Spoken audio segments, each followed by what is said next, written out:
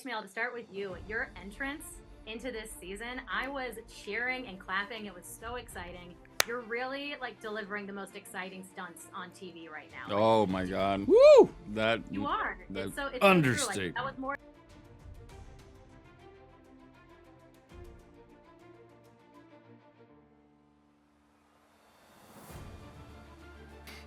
We talk about this quite a bit.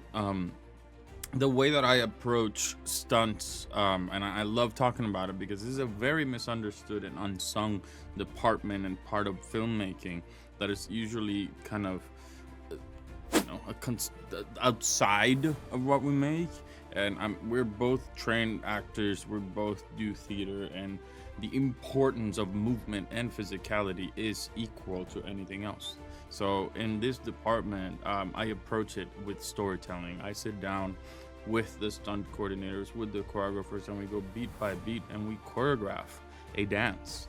We choreograph a lyrical piece of movement. So, created, took part in creating what the movement mythology style was, and so I further that. But in talking about it being part of the story, the character has changed, and so has his movement. So when you see the explosiveness of that first stunt, and if you rewatch it with this in mind, you know from the get-go that there's something going on with the guy. As soon as I come in, based on how I'm moving, based on how I decide to fight those people in the ground, and based on that first arrow throw, that is a questionable arrow throw. Was it even necessary with the kind of anger that I throw, that I do it? So yeah, I grew with it. But also, yeah, that's what I was gonna say. But I also know what the fans wanted, and the fans wanted something like I'm sure they wanted more, So I took it upon myself to like up it, and to do those stunts, which I heard recently that actually not many actors in the world are doing that level of wire work and stunting. So I feel very proud of that.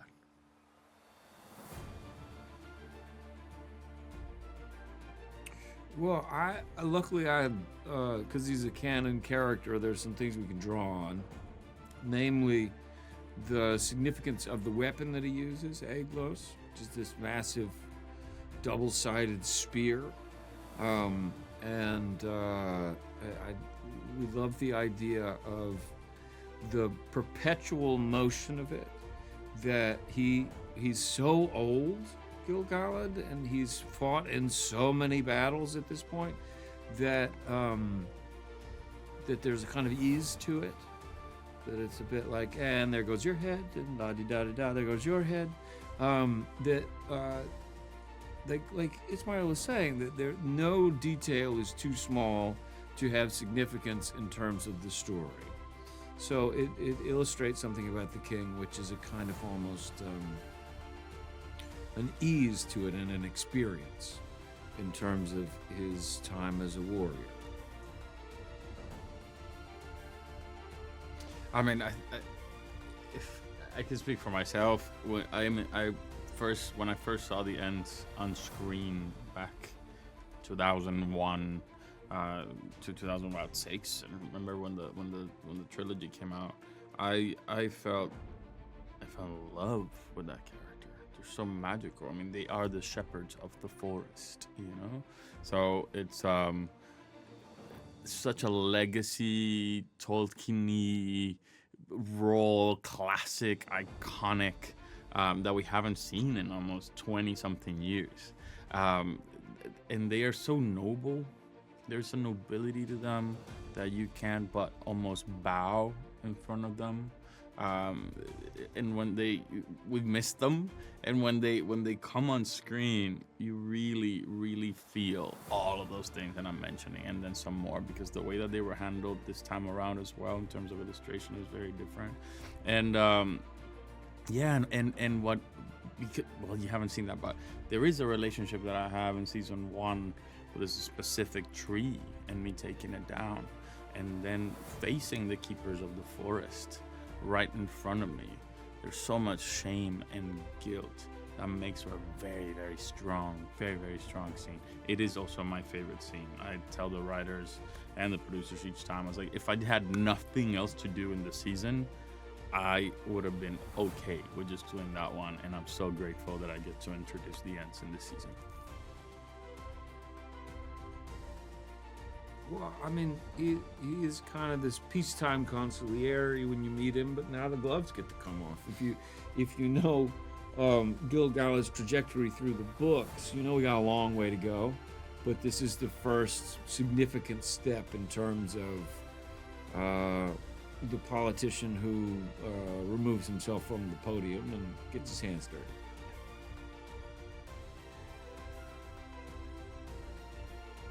We have an episode in the middle that features two big swings. One is the Tom Bombadil, who's never been adapted on screen, in this lavish a fashion before, played by the amazing Rory Kinnear, and he sings. So that's a big swing. Mm-hmm. And then later in that episode, Ismael Cruz Cordova, the amazingly talented actor who plays Arondir, stumbles across a pair of married Ents that is walking, talking trees. And that's a thing that you can imagine and you can read in a book, but what it's going to look like on screen and how it's going to feel is, truly a leap of faith. You have no idea.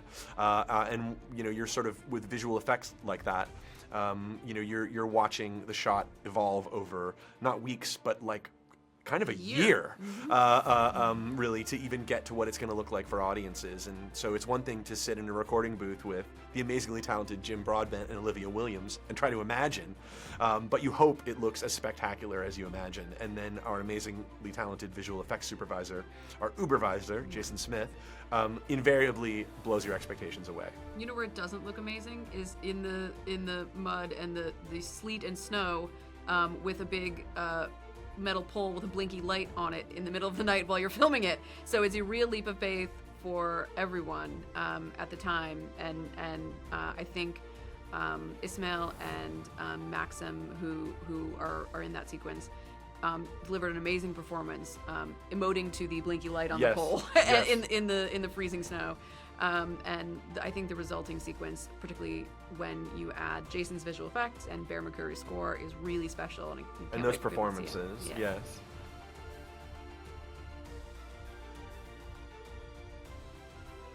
The beginning of the season, she's starting in a place of incredible guilt and even shame because she was taken in by him.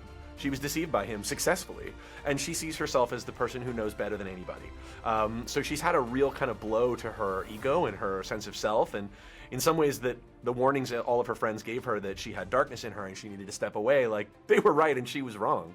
So that's taking this character who's so heroic and so incredible in so many ways and putting her on her back foot from the very beginning. And, the question then is, how is she going to react next time when she sees him? In terms of the connection, it just seemed natural to us, based on all kinds of evidence in the text, that these are two of the most powerful people in Middle-earth. And Sauron would perceive her as a threat and would try to undermine her and take her in. And she would, in some ways, perceive him as important. And she was right. But she wasn't right fast enough.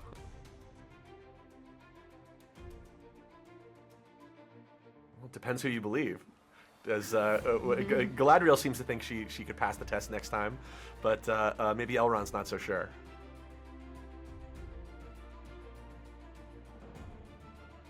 "100%.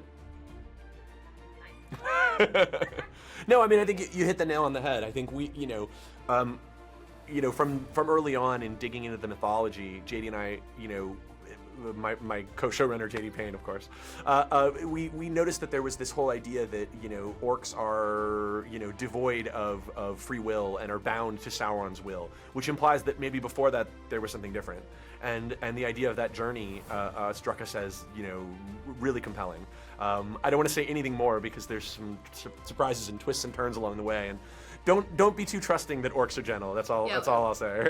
We'll after you've seen the full season, we'll be curious if you still have that same impression.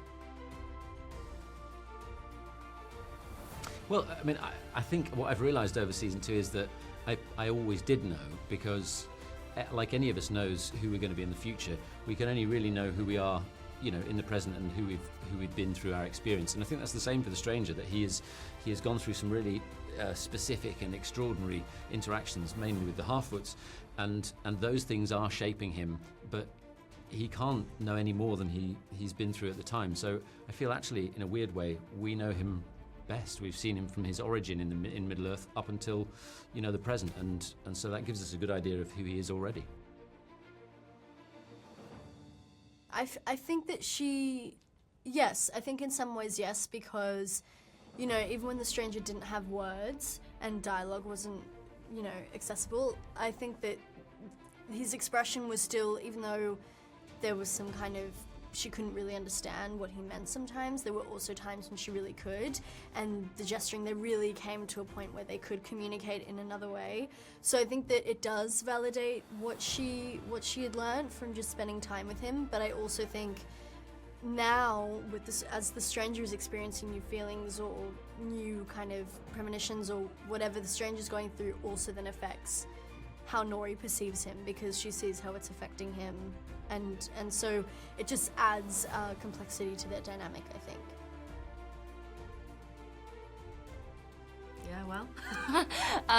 TVC. Yeah, I think what's lovely about the end of the first season is that I think there became a mutual understanding between Poppy and the stranger. It took a while to get there. It took a while, but I think there was an understanding. I mean, I think you hear it in the goodbye between Poppy and Nori at the end of season 1. She says that he's a good friend in a spot, and I think that is true. And then, I think what's been lovely about season 2 is that their relationship develops. It's been quite nice, actually. We had scenes together, which we didn't really have in season 1, because Poppy didn't trust him, so she was like, get away. But what was really nice was actually working on that development with Daniel. Really sort of understanding the layers of their friendship. But it definitely is a friendship more than a foe. Well, I was thinking suddenly of one of the scenes that was in an earlier draft. Megan and I were working a bit around something that was happening to Nori, and Poppy and the stranger were sort of trying to work out how to help, and that really gave us some good sort of material to dig down into. And although in a later draft that had disappeared, it still felt like that was a conversation that we would have gone through, and so we could really layer our relationship. And it feels like, so when we all three get together, I was aware that suddenly Poppy was leading in a way that, she might not have done in season 1. It felt much more equitable. Everybody was, it feels like we're all on the same sort of footing.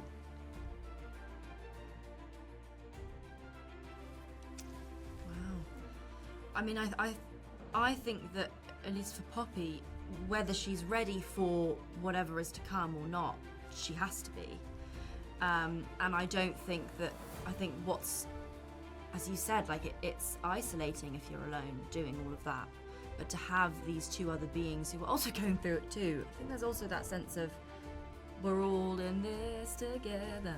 But High School Musical feeler.